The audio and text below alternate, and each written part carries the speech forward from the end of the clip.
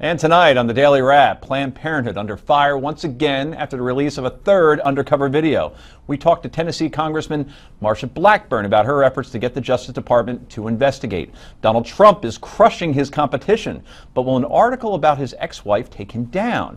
And Mike Huckabee is standing by his comments comparing Iran to Nazi Germany. This is the Daily Wrap, live from New York City.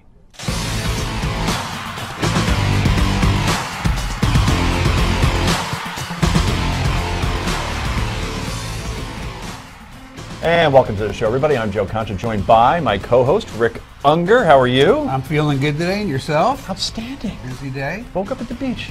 Woke up at the beach? Yes! I did not wake up at the beach. It's 106 degrees here in New York. You got to get away. It's very hot, but that's okay because we've been busy with the news all day. That's true. It's also getting hot for Planned Parenthood. We're going to talk about that in a second. That's called a transition, by the way. Wow. It's quite good, yes. To his right is America's pundit, and she is a Philly attorney, Heather Hansen. She is back once again. And finally, he's the editor of thewisdomdaily.com and a two-time Tony winner. Brad Hirschfield joins us. Yes. I got an award from a guy named Tony twice. You did, really? Hey, yo, Tony. He knows Tony Danza. Who knew? Okay, everybody, let's get right to the Daily Download.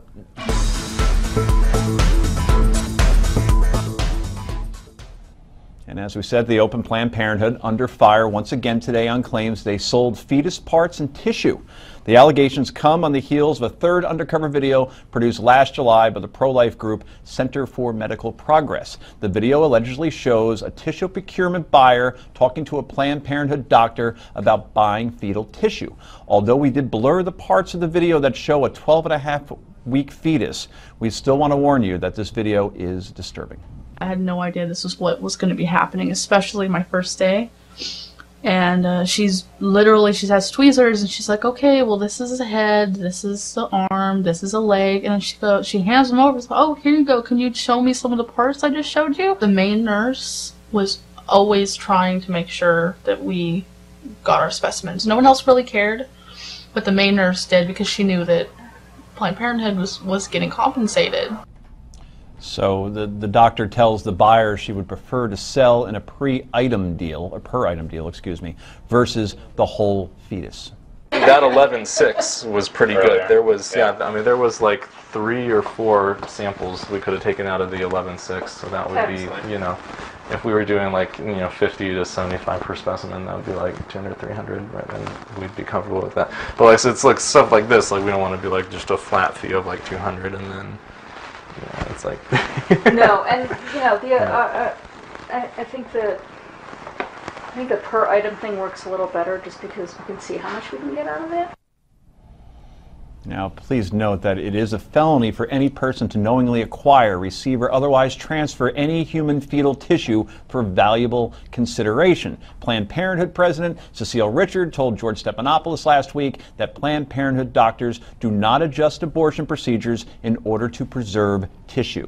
The tapes appear to describe times when the clinics adjust the abortion procedure to better harvest. It's not done. The fetal It's absolutely not done. And I've talked to doctors all across the country. And look, we're but it does appear that that's what's being described in these tapes. Well, it's because these tapes have been edited and they've tried to entrap doctors to say things. And listen, I stand behind the health care that we provide at Planned Parenthood.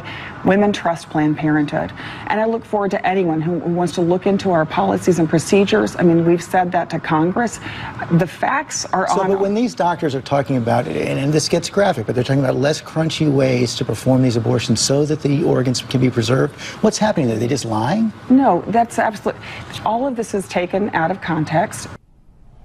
Okay, Rick, do you agree? Is this being taken out of context? Here are the issues that I see. First of all, watching the videos, and I watched the first one in the entire 3-hour version. I've watched what's been available in the other 2. I could easily construe it in either direction, I think. Here's what is troubling me. I watched that interview with Cecile Richards on Sunday, and here's what bothered me. There were too many questions where she was asked a direct question.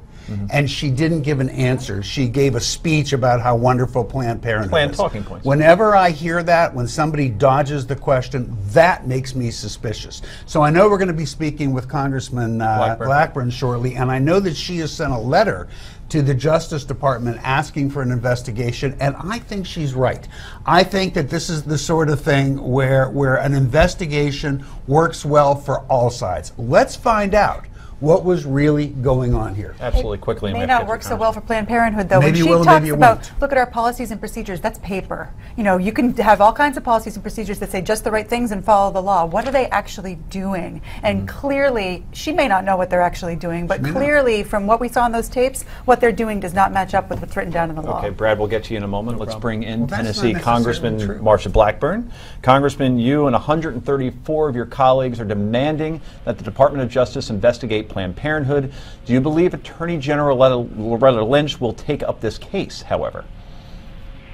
We are certainly hopeful, and the Attorney General should take up this case, and this is the reason why. There is bipartisan outrage at what people have seen on these tapes, and you know that this is a standard procedure for Planned Parenthood simply because of the casual and familiar nature with which they approach these conversations. And the more tapes that come out and reveal these conversations, the people are just absolutely appalled. They cannot believe this is taking place. So I would be hopeful that you would see the Attorney General take this up, and we will indeed continue with our investigations. You know, what we're asking the Attorney General to do is to look at this under the Interstate Commerce Clause to see if abortion clinics from different parts of the country were able to procure by manipulating these abortions, which is illegal, and then sell these across state lines. So there are several provisions that we will be looking at. We hope that the Attorney General will... Congressman, you'd almost have to look at it from the Interstate Commerce Clause, because if you look at most of the laws at issue here, they all include a requirement of the Interstate Commerce Clause being effective. So that makes sense. And by the way, I support your request that there be an investigation. I think we should know whether Planned Parenthood has broken the law or if they haven't broken the law. But wouldn't you at least agree that when physicians talk about things, that those of us who are not doctors, who are civilians, it often comes across as clinical and hardcore, but yet they're doctors, and that's how doctors talk to each other. If they were to get emotional about everything, I don't think they could be doctors. So don't we need to be fair about that at least?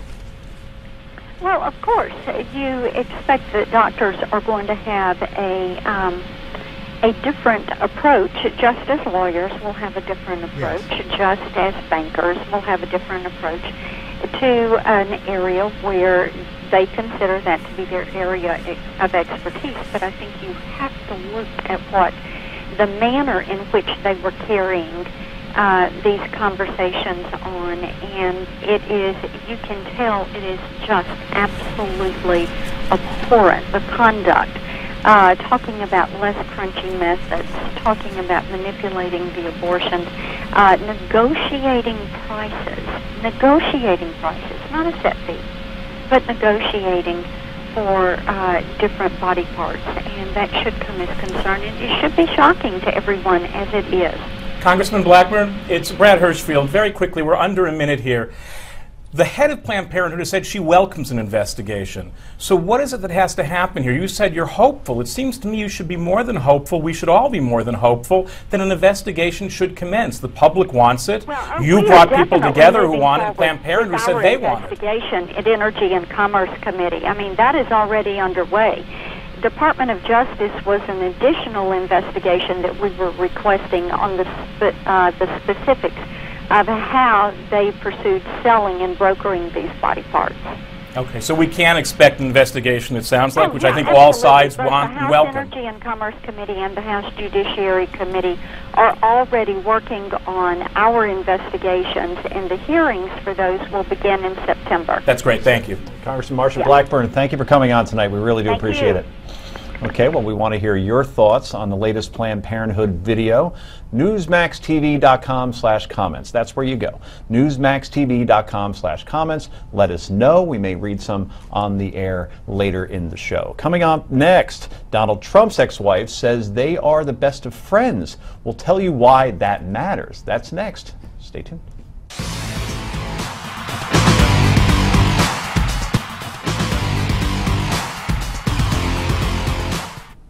And welcome back to the Daily Wrap. Donald Trump is having what can only be described as a good day and a bad day. But let's start with the good. According to the latest polls out of New Hampshire, the Donald now leads his competition by a 2-to-1 margin. Trump's numbers now stand at 24%, while Jeb Bush is in second place with 12%, and newly announced John Kasich and Scott Walker both tied for the third place with 7%. Joe, your man Kasich, he's on the move. That's right. He announced, he's official, and he can't be stopped. You know, you got to give him credit. It's been less than a week and he's making a move there. Maybe he'll surprise us. It would certainly appear, though, that Trump's remarks regarding John McCain has not created any backlash whatsoever, as his numbers appear to be holding in every single national and state-based poll. But that brings us to the bad news. An article published today in the Daily Beast reports that Mr. Trump's ex-wife Ivana once used the word rape to describe an incident between the pair back in 1989. In responding to the charge, Trump attorney Michael Cohen told the publication, "You're talking about the frontrunner for the GOP presidential candidate, as well as a private individual who never raped anybody. And of course, understand by the very definition, you can't rape your spouse," adding, "It is true, you cannot rape your spouse, and there's very clear case law." Except that the Trump attorney is completely wrong, as in all 50 states, spousal rape is understandably completely illegal. Cohen later sought to clarify his remarks by apologizing and calling his comments inarticulate. However, Mr. Cohen did not appear to be apologizing for his threats against the author of the Daily Beast article. Unhappy with the notion of what was to be published, Cohen had this to say: "I will make sure that you and I meet one day while we're in the courthouse, and I will take you for every penny you still don't have, and I will come after your Daily Beast and everybody else that you possibly know. So I'm warning you, tread very effing lightly, because what I'm going to do to you is going to be effing disgusting. You understand me?" I'll let that one sit with you. Now, Ivana Trump is defending the billionaire, denying the substance of the article, despite the fact that her original comments allegedly come directly from her sworn testimony in a deposition during her divorce to Mr. Trump. In a statement, Ivana Trump addressed the Daily Beast story, saying, "I have recently read some comments attributed to me from nearly 30 years ago at a time of very high tension during my divorce from Donald. The story is totally without merit. Donald and I are the best of friends and together have raised 3 children that we love and are very proud of. I have nothing but fondness for Donald and wish him the best of luck on his campaign. Incidentally, I think he would make an incredible president." So, Heather, what kind of damage does this do to the Trump campaign, if any? And did Michael Cohen, did he do any good by apologizing or not even dealing with his threats? What's going on here? Listen, I think that the people who are for Trump, this is not going to change a thing. It's too long ago. What shocks me is that this book has been out for, what, 30 years? Right. It's been available. What is shocking to me is that Michael Cohen, the attorney for Donald Trump, has not prepared a better answer than the mess that he gave today. First, the response, and second, the threat.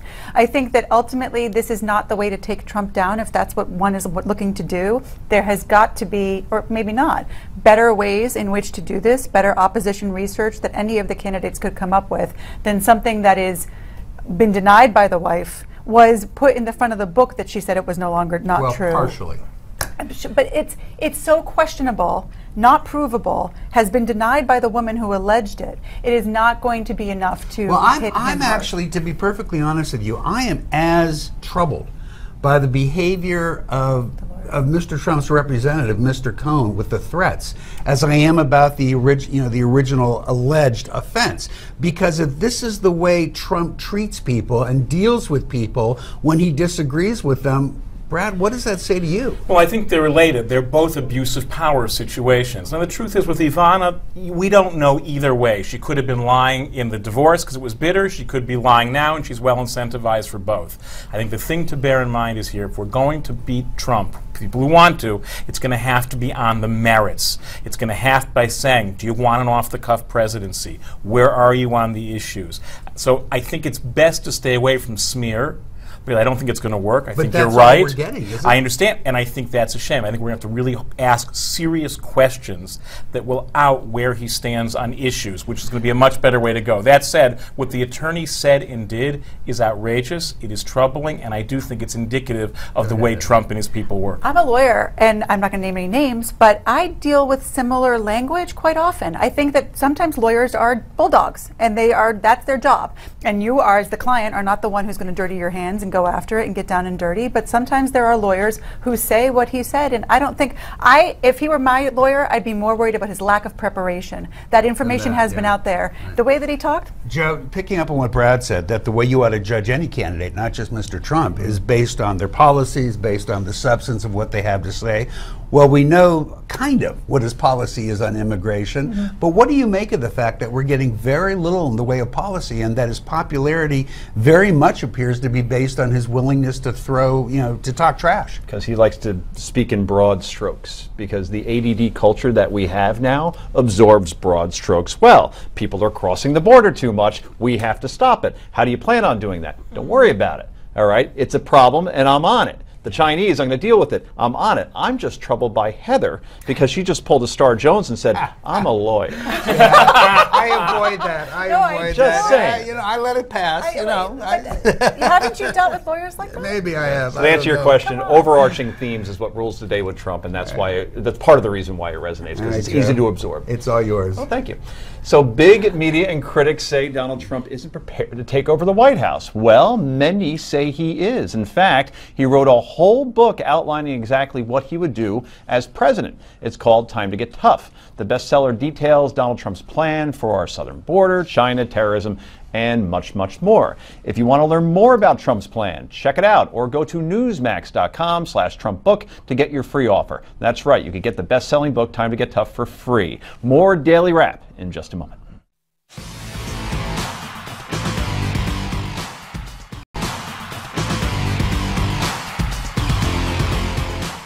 And welcome back to Daily Wrap. 2016 presidential candidate Mike Huckabee not backing down from comments he made on Breitbart. This president's foreign policy is the most feckless in American history.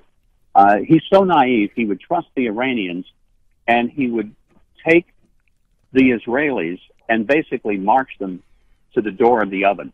This is the most hideous thing. This Iran deal should be rejected by both Democrats and Republicans in Congress and to the American people. Now, Mr. Obama called the comments sad, but the former Arkansas governor is sticking to his guns. Here's the governor with Geraldo yesterday on Fox's The Five. You have offended many, many people in the Jewish community, not only the organized Jewish community, but the rank and file. It is inappropriate to compare the Holocaust to anything, and if you start using that as a sloppy rhetorical phrase, you're going to get in trouble. And why do we have the Holocaust Museum in Washington? Why do we have Yad Vashem in Jerusalem that I visited dozens and dozens of times? But why do we have it? Because they are sacred. Why do we have They're it? not to be No. Answer my question, though, Geraldo. Why do we have remember? It? To remember. Why do we want to remember? To never forget. Why? So that we never repeat it again. If we're on the verge of repeating it again with a nation that is threatening to do that very thing, how do we not bring up that language? Wow, they used to share shows on the Saturday night schedule on Fox, just saying. Anyway, meanwhile, Israeli ambassador to the U.S., that's Ron Dermer, told Capital Download that although he doesn't agree with the Iran deal, he doesn't doubt, and we quote, the sincerity of the president or his team when they say they believe this deal not only makes America safe, but makes Israel safe. While we disagree is the judgment of actually what this deal is going to do, Huckabee's words are not words that I would use or that I think are appropriate. All right, Brad, Huckabee is sticking by his comments. Should he?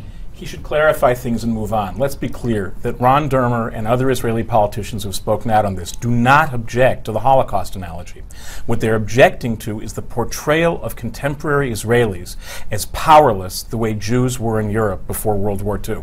Their distress is not the analogy to the Holocaust, but the notion that the modern state of Israel cannot defend its own borders by itself. In fact, some ministers wrote on Facebook that that is why the state was created, and that's a reasonable proposition.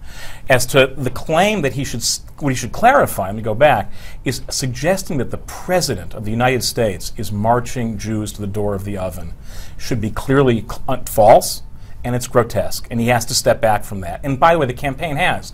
They now use the language, the deal will march Israelis to the oven door. I don't know that he needs to pull back from that, because what he's raising, as he said in the Geraldo bit, is the specter of a potentially genocidal enemy. And given that millions of Iranians took to the streets to burn Israeli flags and American flags and shout death to Israel and death to America as the deal was being inked, I get it. It's upsetting. And if what people are having to deal with is, wow, Huckabee is making me realize the full possible dimensions of this deal. I'm not saying it will happen, but I think anyone who supports this deal should go in with eyes wide open. Not just death to America, but also you have the Supreme Leader tweeting out a photo of President Obama putting a gun to his head like he's about to commit suicide. This is the sort of thing when we look at this, we say, boy, this is not being done in good faith. Not that we expect to. I get there's a political aspect to this, and he has to keep his so-called base happy over there. I'd love to meet those folks sometime. But still, I mean, can't the president at least say, you know, or somebody, John Kerry, that's very inappropriate. You don't put out pictures like that of our president. Yeah, I think that they have given up on trying to tell them not to act this way. They think that it's the same thing as any other terrorist activities that they take place. This is just about the nuclear deal in their mind, and it's not about any of the other things. My concern is, I think your points are very well taken. That the overall theme of Huckabee's statements were appropriate and true. The way that it was said is probably inappropriate. But to be talking now about Huckabee as opposed to the deal, it's yet another distraction. And I think that it gives Huckabee his day in the spotlight and maybe takes a little bit away from Donald Trump, but it takes us away from discussing the deal and what's going to happen with Congress. Do you think this was a comparison to Nazi Germany, or comparing the president to Adolf Hitler or to Neville Chamberlain? I have no idea what it was. It was nothing but a ridiculous statement that he thought would get him attention, as far as I'm concerned. Look, as I said last night, you know what? You'll think what you think, I think what I think. Nothing I'm going to say is going to change somebody's point of view on how they feel about the comment. But I will once again remind you that it was Mike Huckabee that, when he was running for president in 2008, proposed precisely what President Obama did. And not only that, he actually brought Obama to his side, because Obama was originally against sanctions for other countries getting involved. Huckabee was the one who was saying, you need to get Russia, you need to get China, you need to get Europe, you need to get them in on the sanctions. Obama at that time was going, no, we really don't. Well, Obama saw it Huckabee's way. And for him to turn around now and take this point of view, does it benefit him or hurt him? He's a fraud. It hurts him. Okay. I think it may hurt him, but we should be very quick and very clear. He supported this process, and that's not the same as not supporting this deal. He's not a hypocrite. He may be wrong, you don't get to give an opinion here. Okay, what do you think about Mr. Huckabee's comments? Go to newsmax.com/comments and let us know. Coming up, more trouble for Hillary Clinton. This is The Daily Wrap.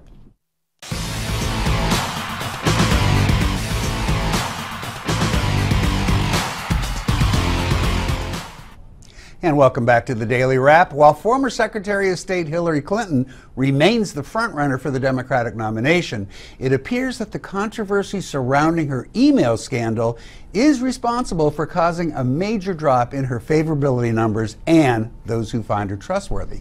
The latest CNN ORC poll finds that 57% of voters now deem Mrs. Clinton to be untrustworthy. A Statistics Zogby poll founder, John Zogby, told our own J.D. Hayworth, has opened the door wide for another Democratic candidate. When push comes to shove, Hillary is going to be viewed as unelectable, is going to worry the establishment of her party, is not going to generate any enthusiasm among Latinos, among African Americans, for that matter, among young voters. Somebody will come, and it could very well be Joe Biden. We've talked about Vice President Joe Biden entering the race before. But if it's not Biden, who else do you think could be in the race, Joe Concha? In fact, let me throw one at you. Could we see the return of John Kerry as the Democratic standard bearer again? Rick, he almost won in 2004. People forget that. Almost. President Bush had to win Ohio to win That's that right. election. That He was a won it very Northeastern close. Ohio. That's exactly right. And without the SWIFT voting, is he become president? Maybe. Just got the Iran deal done. True. I think Elizabeth Warren is reconsidering her decision. Do you really? Based on Bernie Sanders and how successful he's been. She's Bernie without the socialism and is more electable without the age. So Heather, that's not an unfair statement. You know, you go back and look at what Elizabeth Warren's reasons were for not running. She sees the success that Bernie Sanders is having, and Joe's right. She's Bernie Sanders without the socialism. Yep. Could she, A, get the nomination, and B, if she got the nomination, does she stand a chance of winning a general election? I think she could get the nomination. I think she's very powerful in the Democratic Party. I don't think she can win the election. I think she's too left, just like I think that there's some people who are too right to win the general, and I think that it would be a disservice to the country if we get somebody who's that left and that right running. I think we need, it'd be nice to see someone young in the Democratic Party who actually could step up and do this, and I don't know who it might be. Brad, shock us. Give us a name nobody's thinking of. I don't really have one on this one. I do think, though, that you should never underestimate Hillary's capacity to snatch defeat from the jaws of victory. She presumes a kind of inevitability, and it could go away quickly. So, in a development that may just provide more grist to the anti-Hillary mill, Mrs. Clinton spoke yesterday to a crowd in Des Moines, Iowa, laying out her agenda to increase the nation's commitment to cleaner energy sources. That was just before she boarded her private jet, which is said to burn 347 gallons of jet fuel per hour. I think we can all agree that the optics of this aren't the best, but is the media blowing this out of proportion, Brad? They really are. Let's be clear. This doesn't amount to an accounting error when it comes to fuel consumption that affects climate change. Right? So it's a non-issue. Where it is an issue is one more example of Hillary making a big, airy speech and then getting on a plane and contradicting what she just said, implying once again there's a set of rules for all of us and a set of rules for her, and they're not the same. And it also, you know, she got in that Scooby van and traveled all over the place in the Scooby van, and now all of a sudden that's not good enough for her, and she's on the big jet plane. It's just, she's so inconsistent with what she says and what she does. The video doesn't match the audio, and then sometimes the video matches the audio and sometimes it doesn't. I think that's what lends itself, on top of the emails, to the untrustworthy. So let me devil's advocate a bit, okay? I understand. It looks ridiculous to go out there and make this whole statement about clean energy, being careful, and then get on a private jet plane. We've seen that charge made before. It happened with Al Gore. And yeah, okay, it's hard to argue with. On the other hand, you're talking about somebody running for president who has to make a lot of stops in the course of a day, and there's really no other way to do it. Joe, are we just picking on her when we say stuff like this? I'm confused, Rick. I thought that she was flying business class. Wasn't she doing that for like one flight and she got the middle seat and that was the end of that? Look, she's Mitt Romney in a pantsuit, unfortunately. That is the image she has to overcome. I got to say this. Mitt Romney at this stage of the campaign was flying not only commercial, but coach. That's right. He was flying coach. So that's, you know, I'm surprised that it took me to bring that point up, by the way. Nobody else on TV today has been bringing that up. But he was. When he was still running early in the primaries, he was flying coach. Why is Hillary flying private jets if she's going to go out and make this big statement about I think energy? Physically, this is a grind, and she just says, I can't do it. I can't go through security and get on a plane, and I got to be in 100 different places today. So, but then don't talk about climate change. You're going to go jump in your little private jet. That's right. Even if she is thinking about it, and that's the reason. Right, that's that sense that irks people. You're right, it makes no material difference long term, but it makes a real difference to people who have to go through that grind. So if you're going to advocate for all kinds of rules that are going to grind my life, grind them yourself. People don't like hypocrites. I don't know what to say to that, but it's true. It's true. I mean, you know, optics, whatever, it's not good. All right, what do you think about a possible run by Joe Biden? Or could John Kerry once again return as the Democratic candidate? Or do you have somebody in mind that we aren't even thinking about? Do you think Hillary Clinton is trustworthy? You can weigh in with all of your answers at newsmaxtv.com/comments. Let us know. Coming up next, we're going to read some of your viewer comments. Stay with us.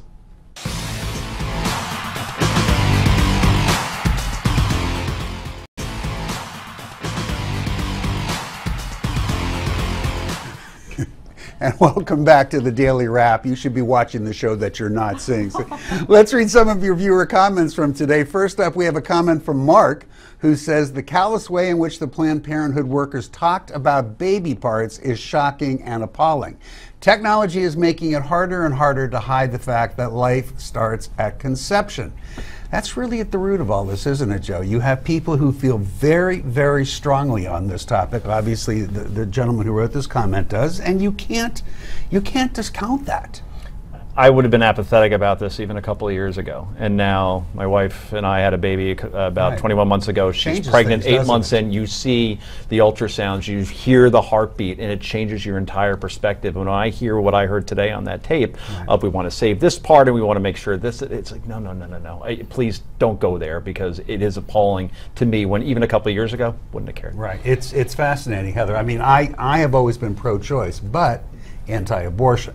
So I have nothing but sympathy for somebody who feels as this commenter does. Right. It's interesting because I think it's going to come up with the Supreme Court. You know, more and more cases, a number of cases have gone to them that are going to be heard in the next session, which involve when is the fetus viable? You know, now that we have technology, it's going to be sooner and sooner, and that viewer may be right. It may be at the moment of conception. He makes a great point, because with technology, that viability time does shorten in reality. Correct. We're going to know more and more sooner and sooner. But rather than fight about the moment when conception equals life, some months in makes life, birth equals life, I have a different approach. Whenever you think it begins or doesn't begin, we should all be able to agree that a greater degree of sensitivity at every stage, from conception all the way through birth, everyone could practice. The writer is right about the callousness that we see on these videos, and that's disturbing. The only thing I ask people is keep that sense of pro-life all the way through life. Next, we have a comment from Laura, who says Mike Huckabee's comments on Israel and Iran were spot on. The left needs to learn how to handle the truth. Sometimes the truth hurts. Heather, you agree with? Well, listen, I think that I do agree to a point, and I do think that there's sometimes a double standard. There are a number of people in history who have compared Republican presidents to Hitler and didn't see any problem with that. I think that there's an argument to be made that while Huckabee's exact words may have been inappropriate, the tone and the idea was correct. Well, yeah, I mean, that's, listen, if you object to the deal, I certainly understand that. But there's nothing to be gained by commenting in that way. And we seem to have gotten to this point in this campaign early on where it's not a race to the top. We're seeing a race to the very bottom of the pit. I hope it comes to an end. We deserve better. I think we do. I think the fact that it could be a genocidal issue puts those terms in play. But more importantly, it is precisely the person who is in pain over the deal and backs it that I'm most interested in. Right. And precisely the person who opposes the deal but understands they haven't got a lot of alternatives that I want to hear from. The truth does hurt. It should hurt. And if you advocate for a truth that always feels good, you're not actually advocating for the truth. You're advocating for yourself and nothing more. So here's one from Tom, who says Governor Huckabee is only saying what so many people think and feel. Our president sold us down the river. Hopefully Israel will survive and the United States will step up and honor their commitment to Israel. I'm going to start off by saying, well, I appreciate the sentiment that we see in this comment. The United States does not have an obligation to simply do whatever Israel asks us to do. Israel is a sovereign nation. They're entitled to do as they please. The United States is a sovereign nation. We're entitled to do as we think is fit. Hopefully the two, as strong allies, can act together and in a mutual interesting way. But comments like that trouble me, because we have a first commitment to ourselves. Right. The job of the United States government is to do right by the citizens and residents of the United States. Right. It happens that there is almost no country in the world, and certainly no country in the Middle East, in which the interests of Americans are as well served as by working with Israel. Did the president sell us down the river? I don't know. I think everyone needs to be really, really cautious here. And that's what I wish would happen. I would love to see an administration that stop promising this means no bomb, no way, no how. But it cuts both ways. In other words, you're right. I agree. You know, you have to have both sides of this willing to look at this in a measured, reasonable way and quit using political verbiage that, oh, the president sold us down the river, and the president saying, oh, no, I made the greatest deal for you since time began. Neither position is going to help us. Right. That's just it. Let's go to Jonathan, who says, I agree with the Daily Wrap on Huckabee's comments as well as Obama's response. The hyperbole and lack of nuance is profoundly disappointing in our politics, and it is precisely what I appreciate from Newsmax climax, and that is precisely what I appreciate in a commenter. He's got that right. Well, he just repeated exactly what we just said, right? It's nice to be told you're right. Is that our first ever positive I think comment? that I was just thinking Maybe. that. I think that's true. That was our first ever positive comment. This is huge. Who was that from again? Was that Jonathan. God bless you, Jonathan. Last but not least, we have a comment from Richard who says, organized religion is a threat to the existence of humanity.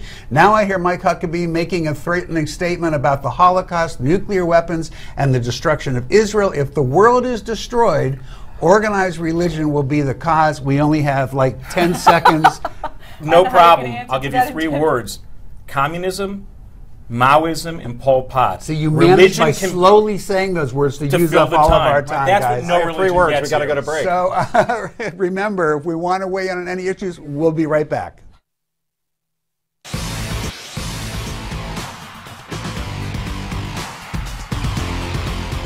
And welcome back to Daily Wrap, where it's time for yay or nay. First up, while speaking to the African Union in Ethiopia today, President Obama warned those in attendance that the African continent can never move forward if its leaders refuse to step down when their terms are over, adding that he would love to stay on as President of the United States, but the law says he can't. I am in my 2nd term. It has been an extraordinary privilege for me to serve as the President of the United States. I cannot imagine a greater honor or a more interesting job. I love my work. But under our Constitution, I cannot run again. I actually think I'm a pretty good president. I think if I ran, I could win. But I can't. So if President Obama could run for a 3rd term, the question is, would he win? Joe Concha, yay or nay? His favorability right now is over 50% in Gallup. And Hillary Clinton wouldn't beat him in a primary, I have a feeling. I think you're right. So unless it's Kasich as your nominee on the GOP side, I say yes.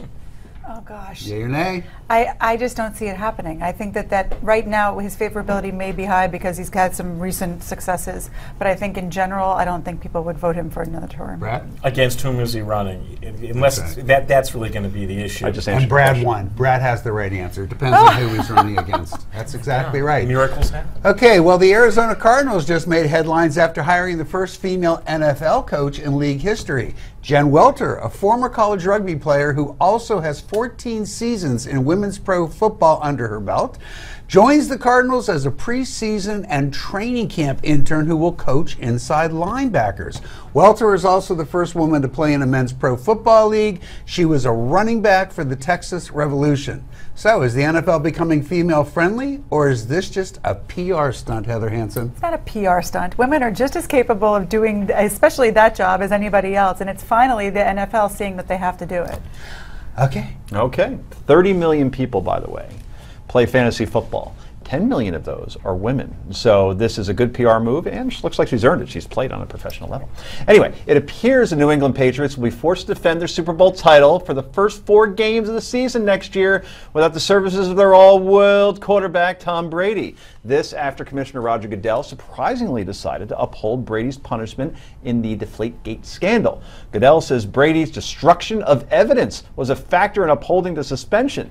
Said suspension means Brady won't return until the Pats' 5th game of the season, which also just happens to be against the team that busted him in Deflategate, the Indianapolis Colts. That was during the AFC Championship game, or at least after. Is this an appropriate punishment given Hillary Clinton's decision to destroy evidence, Rick Unger, by getting rid of her home base server? And where did Tom Brady play his college ball? Michigan? That's what I thought. Oh. There's not enough bad things you can do to him. He went to Ohio State, if you haven't heard, by the way.